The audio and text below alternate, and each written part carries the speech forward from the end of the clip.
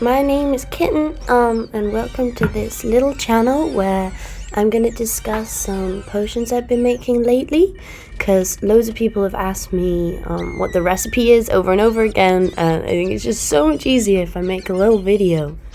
Plus, I'm really hoping to find some other people who are into herbalism and natural healing. Maybe we can create a little community that shares recipes and ideas and knowledge.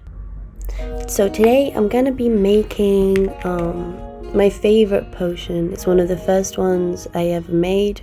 It's basically like a supercharged turmeric latte with a little bit of other extras to give it a harder punch. And I came up with this potion a few months ago when I was really ill. Its main ingredient is turmeric, which is an anti-inflammatory, antiviral, antibacterial, antifungal, little spicy root. Okay, cool beans, let's go. I'm gonna be using this big pot, the big cauldron, mainly because I can make a large quantity and it has these little grooves on the side, which makes it really easy to pour into a smaller container if you want to keep the potion for a day or two. And we start off by heating up the milk, preferably rice milk. I think it has the best flavor and it's also very light. I'm not vegan, but I really disagree with the milk industry. I think it's somewhat emotional torture. You think that those poor cows have to stay pregnant pretty much all year, and when they give birth, that baby is taken away from them instantly. I think that pain is worth it for our consumption of something which isn't even that natural for us to consume. Anyway, rice milk is really nice. You can use coconut, it's a little bit heavier or fattier. And then I begin to whisk in the turmeric. As I said before, turmeric is such a healthy ingredient, and it will also boost your metabolism and your circulation to help you sweat out them toxins. And really you can flavor it depending on preference, but my favorite is a little teaspoon of cinnamon and nutmeg. I think they go really well together and they give it such a warm, comfy taste. And then some honey, depending on if you want it to be sweet. And next I'm going to be adding some chopped ginger.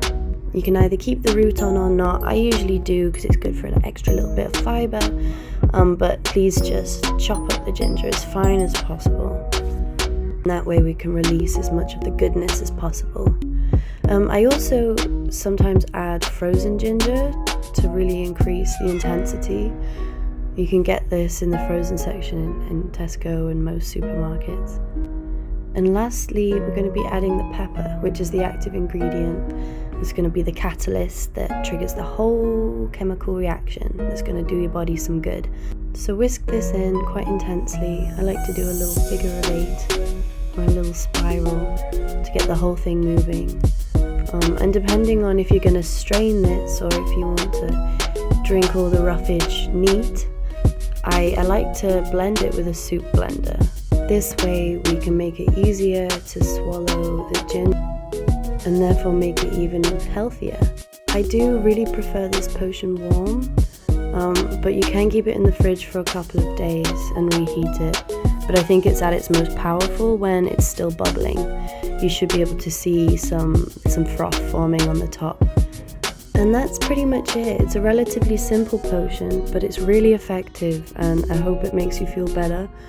Let me know your experience, how it affected you, and any additions you made for yourself. I think it's important before consuming nature's remedies such as these little potions to just be mindful of where all the ingredients came from.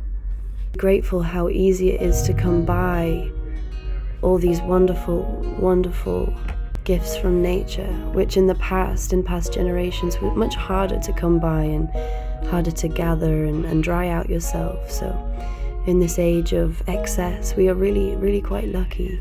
So please just say a little thank you for me, or say it in your head, or just visualize someone's life other than your own in an ancient time where gifts such as these weren't as accessible.